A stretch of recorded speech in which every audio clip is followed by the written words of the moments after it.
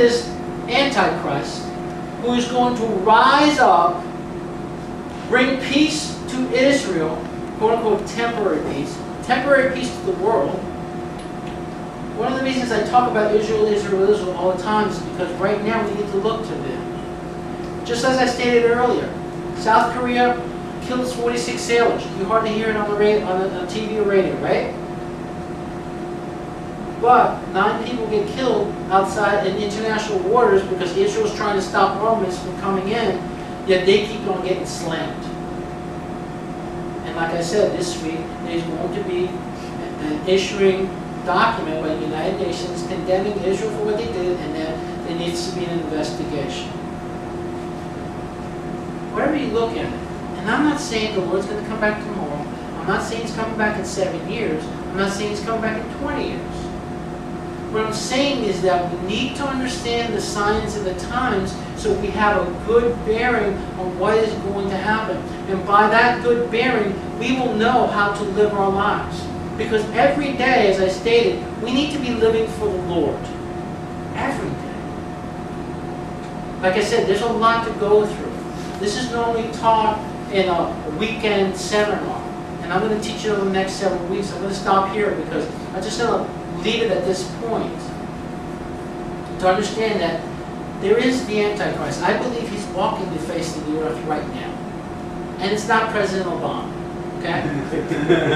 He's working on it though. Yeah. It's not President Obama. A lot of people thought that Clinton was the Antichrist, to be honest with you. Even some people thought Bush was.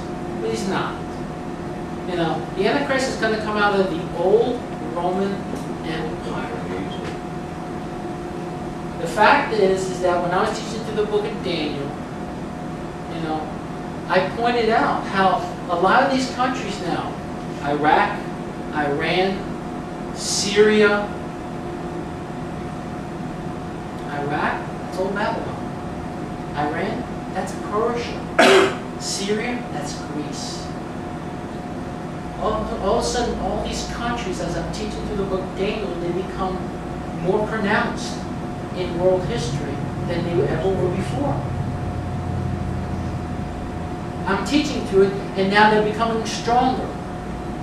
And it's basically stated, if you look at the book of Daniel, that these countries had to come back in order for the prophecies to be filled for Antichrist to come back.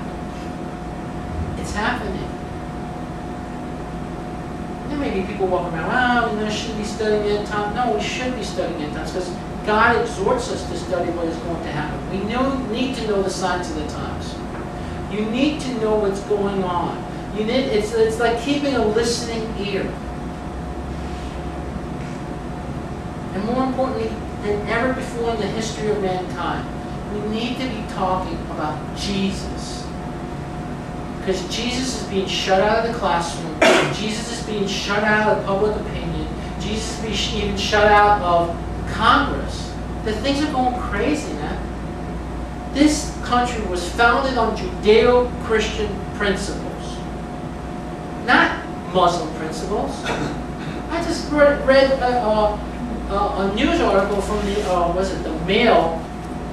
It was a British newspaper where Prince Charles, who was going to be the next King of England when his mother dies, was exhorting the fact, and he calls himself a Christian, was exhorting the fact that we should be following Muslim principles